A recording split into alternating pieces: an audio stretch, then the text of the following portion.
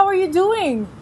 Hello. Hello, Lilu. A pleasure. Yeah, really great, happy, glorious to be here one more day alive in this divine planet. I'm excited to interview you, and this is a very unusual, I would say, very out there topic, but it's very, I think, important to bring it up. And you have this really interesting story that I would love to expose and talk about and see how you became breatharians. And you actually...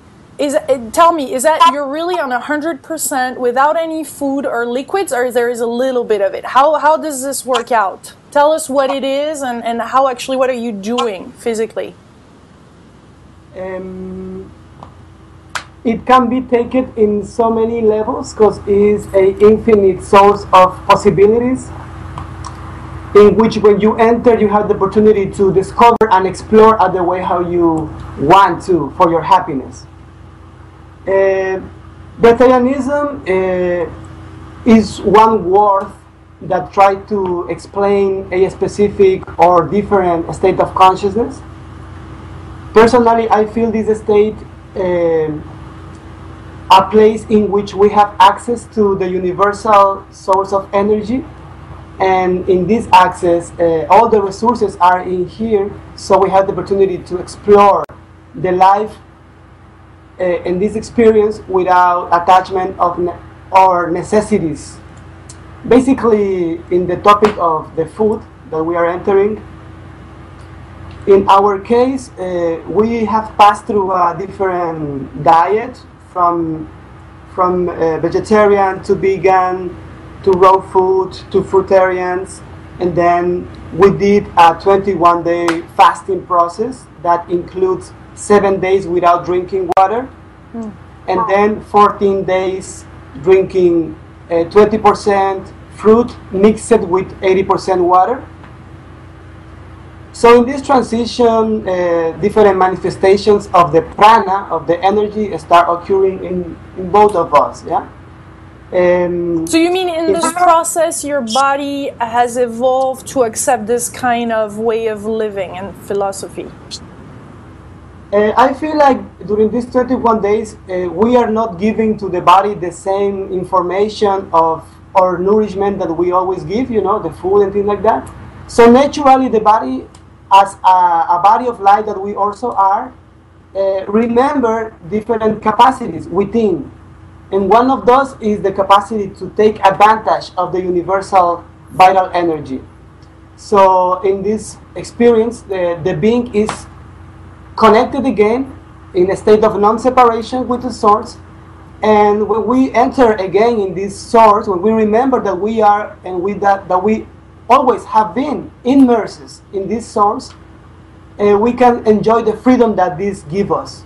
One of those freedoms is the capacity to don't need food to be alive, not need liquids to be alive, and a lot of other things. For example, no need to be aged, no need to get old, to get sick. So it's entering in possibilities in where you can choose what to explore, what to live. So tell us, how old are you? I am 31 now. 31, and Camila? I'm 26. 26. And you gave birth to a breatharian child. You had a breatharian pregnancy as well. Yes. Yeah. How long have you, this is wild, how long have you been breatharians? Living in this conscious state since 2008. So it's been, what, 4 years? Yes. Over 3 years. Almost 4 years in March. In March, it will be 4 years, yeah. And how, and so for yourself, do you actually eat food and drink water at all? Or sometimes a little bit here and there? Sometimes here and then when we feel like enjoy a flavor, but not from the space of eating. Okay. Because eating is a word that contains a lot of charge of information, you know. Eating is related with attachment, with necessities, to replace something, to fill some space, you know. So from this perspective that I'm sharing, we have all this infinite source of energy and resources with us, sustaining our life. And from this company, I feel like we have the freedom to explore the life, explore our senses, but not from the necessity. So this freedom, personally, sometimes I choose to drink a juice when I'm with my friends, or like sharing in a social moment. Yeah. To don't create separation, to don't create hierarchies, to be one more of the human beings. About eating, I have done it in these 4 years in a few occasions, and also when I felt like it was a good moment to do it. Maybe the experience that we were sharing lead me to that, and I felt that it was good, you know, because how I told you, this is a possibility. We have the possibility to don't need to eat, but also we have the possibility to enjoy a flavor if we want. Yeah. How do you know that for sure, that we can live without foods and breathing? I mean, I know you've experienced it for yourself, but why did you felt so compelled to do that and to deprive yourself of some of the pleasures of life? Because without chocolate, I mean, how are you living without chocolate? Definitely, you can even do that if you remember who you are. I mean, this is not nothing that puts you rules, you know. It's not to create rules or boxes. It's actually to break the box. Mm-hmm. And to be free from experience at the way how you want. So you can also eat chocolate or anything that you want from this state. But it will be not from the state of necessity or not to cover emotions. You know? So you're freeing yourself from the mind. Yeah, definitely you're freeing yourself from the conditioning of the mind. And you're actually allowing yourself to synchronize with the universe's mind and the universe's thoughts. So how does this feel? Tell us. When you're in this state, are you in the state right now of pure potential, connected to everything? Tell us more. Yes. All the time. It is permanent. It's something that becomes permanent because it's our natural state. It's just remembering who we really are. You know, all this theory that being shared in the planet about that we are beings of light, that we are here experiencing life to expand the universe in co-creation and all that. Yeah, this is this. But it's the really living that in a practical way, not a theory. It's being immersed in that infinite source of possibilities. So it being manifested in infinite ways, and I think that it manifests perfectly for everybody. It adapts because it's our original state. So when you remember that you have come to this planet to experience a life in co-creation with other beings of light, and from this co-creation create joy to expand the universe. I mean, this is for me being a pranic being, a breatharian, to remember who I am, my function in the planet, and create that, explore that. And there's lots to explore. Can you tell us of some of the explorations that you have done since? I mean, we hear of some child that are breatharian even, that are able to have telekinesis experience and move some object. I mean, how old is your child now? Are you experiencing some things with him? Is he eating at all? Do you want to talk about that? Yeah, our son is a year and 3 months old. Since we don't have the priority to eat, you know, this is not part of our daily routine at all. We're not teaching him or imposing that necessity upon him. Rather, he does breastfeed. So, you know, when in the morning we breastfeed, and I do my affirmations and I breathe, you know, I practice so that I can always allow for this pranic flow to be within me. And I see that now he is accompanying me in this practice, you know, so when we're there sharing those moments together, I'll say my affirmations and also breathe with him, and he will take a moment, you know, he stops and looks at me, and he also starts to breathe. So this has been really amazing to see, because it's something that he has also lived from before conception even. Since we were already in this state, you know, and we consciously chose to attract him to our lives, and he also wanted to be with us, this practice or this lifestyle was already a part of him. He already knew what he was coming to. So when I was pregnant with him, we would also be really conscious of the breath, you know, sharing also these tools with other beings. And so I feel like he has also a really great aptitude, you know, a really natural opening and awareness of this state. So it's not like I tell him, you know, this is how you breathe, this is how you do it. He just does it naturally. And he does it in different ways, you know. We have different kind of techniques that we practice. Some are fast, some are through the mouth, some are through the nose. And he does them, you know, each individually on his own. And it's really amazing to see because, like I said, he's 1 year and 3 months old. So he's practicing these things, of course, at his own way. And we're allowing him to explore and also guide us. So that he can live in his mastery, you know, so that he can always be conscious of who he is. Was there any problem with the pregnancy at all, or he was early, or as he's growing normally? I mean, the doctors must be just looking with wild eyes, huh? Actually, yes. He's totally healthy. I mean, and he always has been. All throughout the pregnancy, he grew at a rate that was totally perfect and also even above average. So when we went to do some checkups, you know, more out of curiosity than anything, because I felt so wonderful throughout the whole pregnancy. But more also for ourselves to document this, you know, and knowing that the world is also open to this possibility now. We also want to share that with people, you know, have people remember this natural state of being. Did you have to protect it sometimes? Protect yourself from the outside, or decide to isolate yourself, or choose the people you were surrounded by? Because I guess it creates a lot of questioning from other people. At the beginning, it was a transition, you know, in which people was not open for it, because this is something new also. And in our country, in my country, we did it in Ecuador, in South America.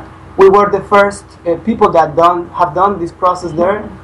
So it was a lot of questioning, a lot of criticism, but a lot of open-minded also, you know.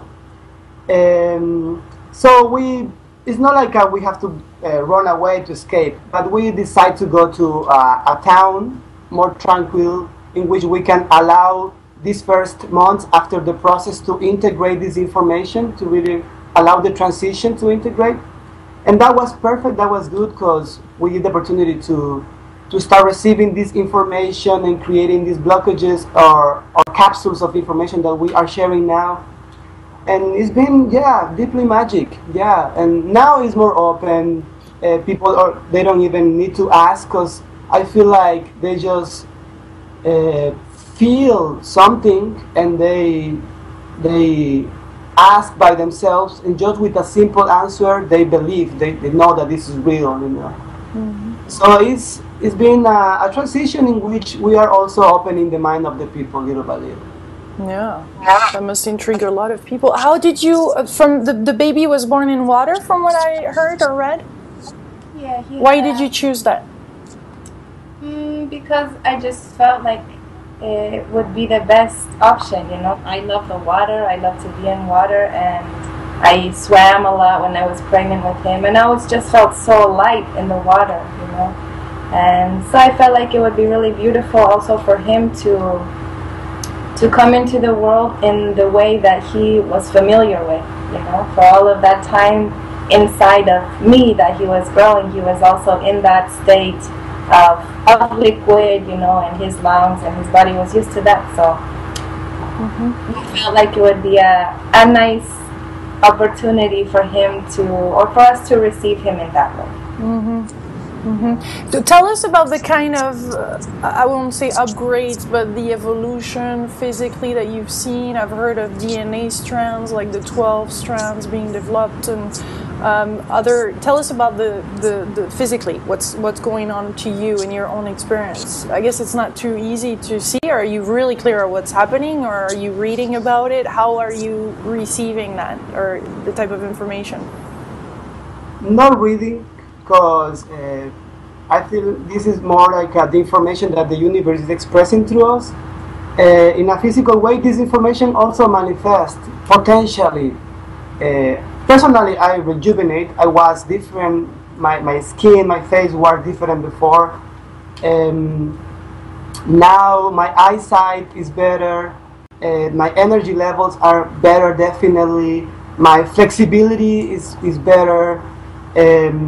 It's just a stating that I haven't been sick for a lot of years from the beginning of this, and permanently good, happy, always high, you know, always full of energy. Also, we have done some blood tests. When Camila was pregnant, she had to do some blood tests to see how is the blood for the baby and all this relation. And it was really profound to see how the results of the tests come up, really positives, like beyond what a normal being is. In this case, she was the only, she was sharing the pregnancy with other women, and they all have to do this blood test to see how they are about the different levels. And she was the only one that doesn't have anemia. Anemia is a sickness that is common in the pregnancy because a lot of energy is going to the baby, so the woman's lost the energy and the nutrients to pass to the baby. But in this case, Camila was the only one that was not with anemia, and she had a blood that was 41, that the doctor told us that is like the maximum that a being can have. And after that, I did also my blood test to see what's going on, because I was like, oh my God, that sounds good, I want to do my blood test. And I do it, and also was really great, the numbers, all positive. And like, you know, there is numbers that says like the perspective of what should be between these numbers, and we were beyond that. And actually we have here, you want to, we can share those numbers with you. Maybe there are medicals that will hear this interview, they can. Please do. Well, this is from my pregnancy, you know, so this was in the 4th month of the pregnancy. And for an average woman, the hematocrit and the hemoglobin, those are like the two, I guess, aspects that measure the iron and sort of energy and the retention of energy in the body, you know, through the blood and the cells. So in the hematocrit, I had 41%, which is right in the perfect numbers for a woman, for an average woman. So that's a woman who's not pregnant even. Usually when you're pregnant, they say that those numbers are supposed to drop because the baby, you know, you're giving so much of your vital energy to the baby and the iron and the minerals and all of that. So in my case, this number maintained. I repeated the test again at 8 months, and the number was the same. So I never had any drop or any fluctuation in that, and also my energy level until the end was so amazing. You know, I love to dance, I love to be active. I did a lot of yoga and walking and movement during my pregnancy because that's the way that I like to live also. Yeah. So that was part of your routine. And what else were you, how do you get the pranic energy? Is there some repetitive things that you both do and that you particularly did during the pregnancy? Do you get it from the sunlight, from the air, from, how does this work? I think it works in a different way for everyone, and it evolutions constantly.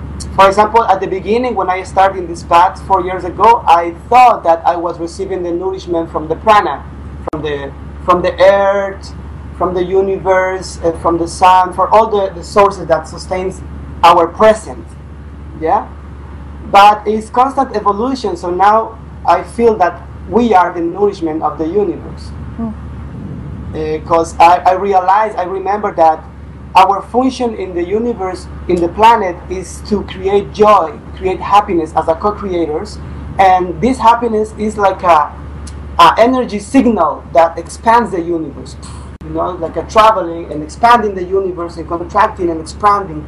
So now I feel that I am the nourishment of the universe, instead of thinking that the universe is my nourishment.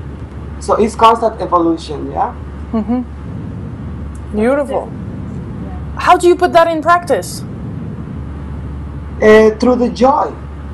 I mean that we all are here to expand the universe, and that powerful tool that we have is our happiness.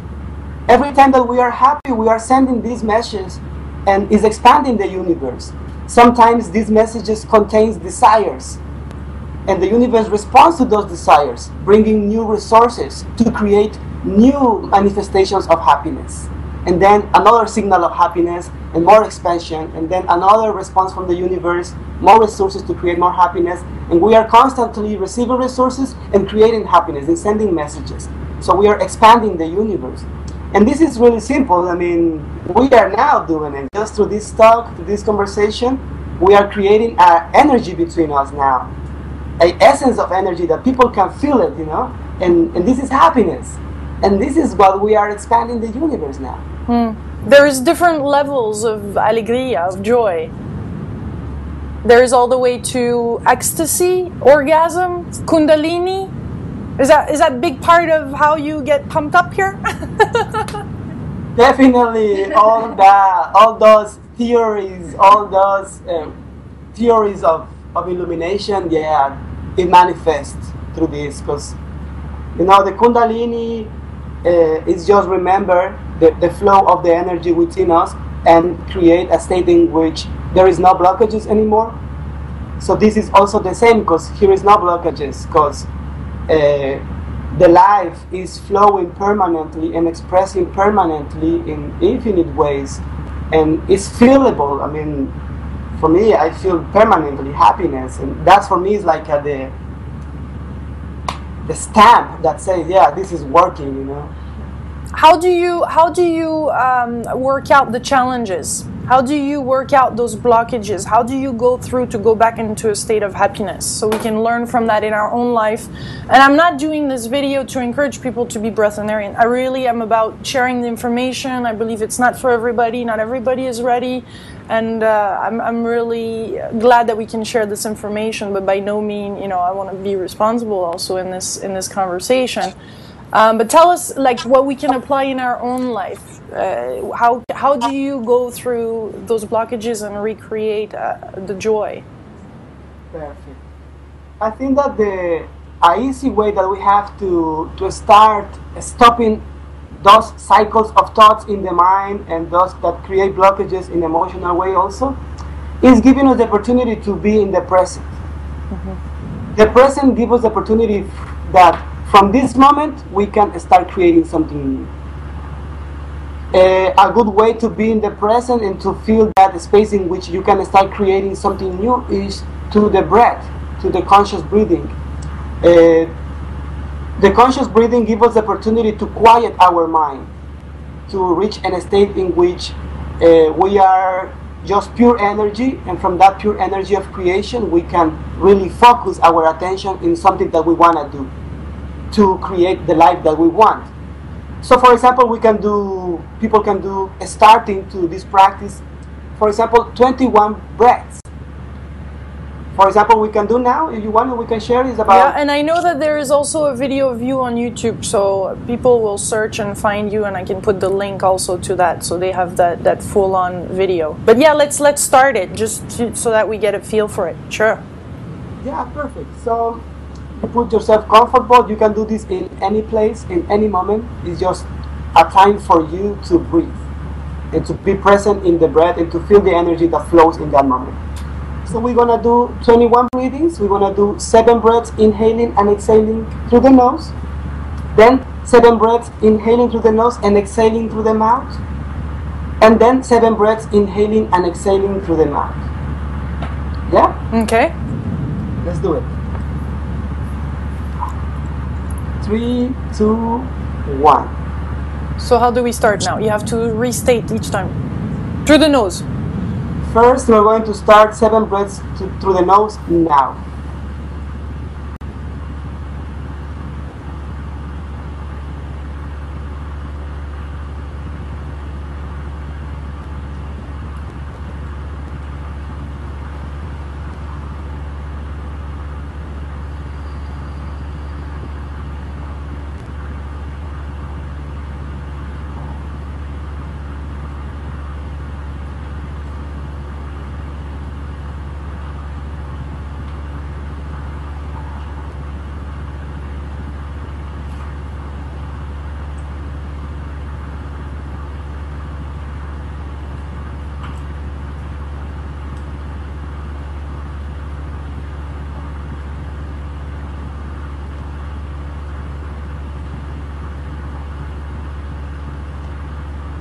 And then you're going to do 7 breaths, inhaling through the nose and exhaling through the mouth.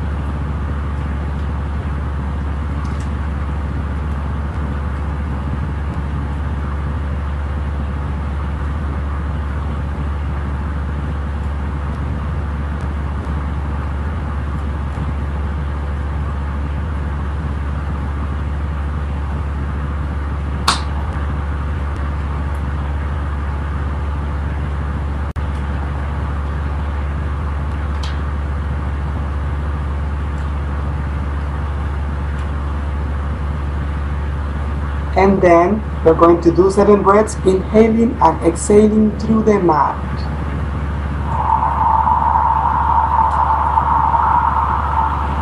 Expanding your chest.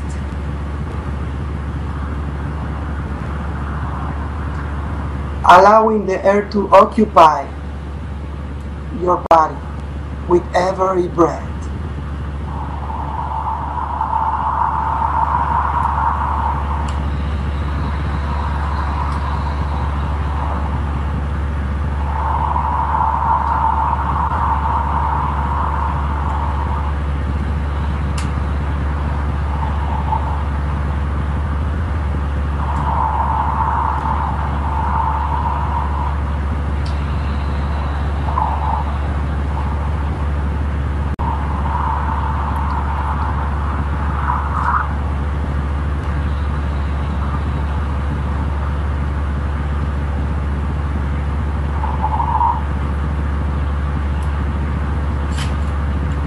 So, while you do that, do you focus on something in particular?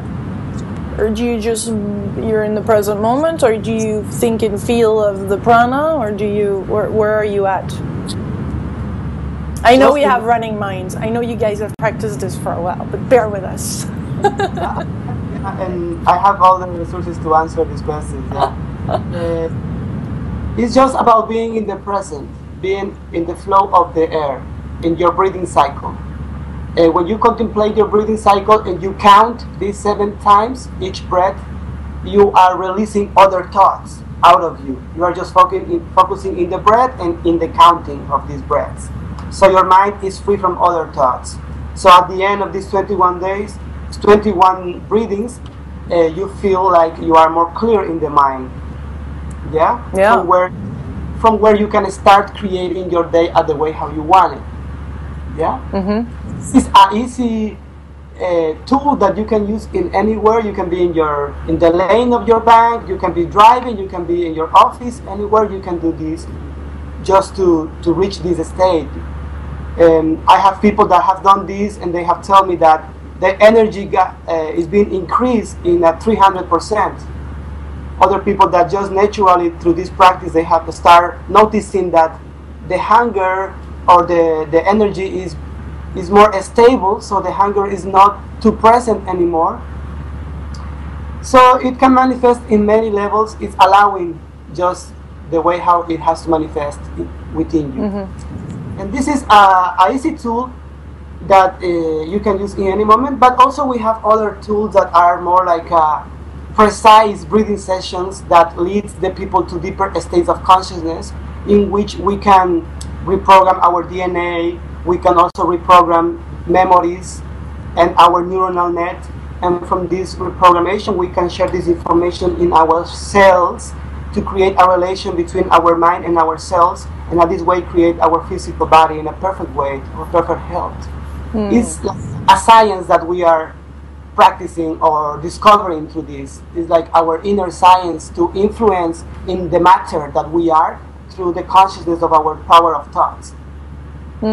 How do you feel? What do you think is where's the heart in all this? The openness of the heart and the love. Where is it? What is its role in all of this? If there is a role of the heart, I mean, not the physical heart. It's the role of the consciousness. It's all about consciousness here.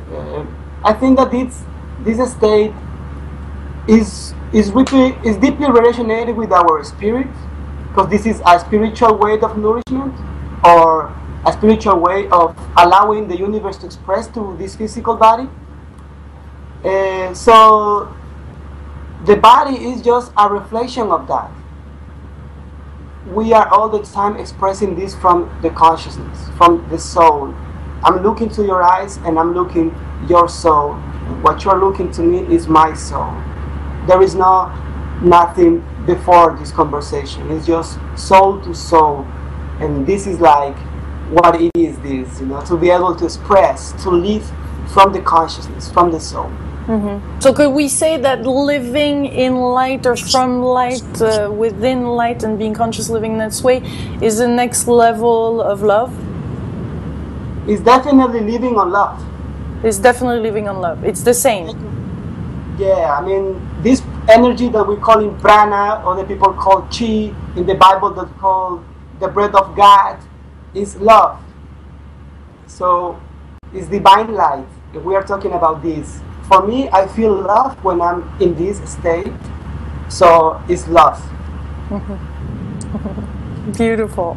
Well, I enjoyed this so much. Is there something else that you feel that you want to talk about or share or say that is part of this conversation that maybe I haven't asked you about or that you haven't mentioned? Yeah, we can go to infinite topics. What do you feel, Mom? I would love to clarify also how you said before, you don't want people to feel like you're pushing the breatharianism upon them, or like influencing in them in any way. I just want to clarify that this state does not only mean that you focus on the aspect of food. This is like such a small detail really in the grand scheme of it all. Mm-hmm. This is just one more capacity and option that living in this state offers us. So we can, of course, focus on that, and as human beings, we like to focus on that because it's a physical, tangible thing that we can control. But this isn't all of it, the food element is just a small aspect, and really this state unleashes unlimited capacities within the being. The capacity to be connected telepathically, to live from the heart, to close down the mind and the mundane thoughts that become repetitive and create a cycle, and really allow ourselves to live in the current of the universe, in the flow of love. So this is what this living on love and living in the pranic state is really about, for me personally, Mm-hmm. And I think that it's a really important thing to clarify, so that thank you. People recognize that it is something for everyone, that you don't have to stop eating to live in this state. So then we don't call it breatharian. How would you call it then? I feel like this is now living from love. As simple as that. As simple and as complex as that. Still, I mean, if we go to the word breatharian, is a word that means about breathing, conscious breathing. Yeah, a specific translation is related with the conscious breathing.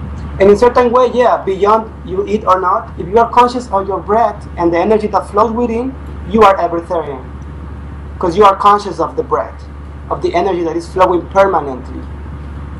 And so it's like just words to try to describe something. Then we try to put it in a box again. Exactly. Right. We try to label it, and then we stop the flow. Yeah. Such is the human mind, So this is about maybe allowing ourselves to not be so human, but rather be our spirits, and live from that spirit, live from the universe's spirit, and recognize that that is who we are.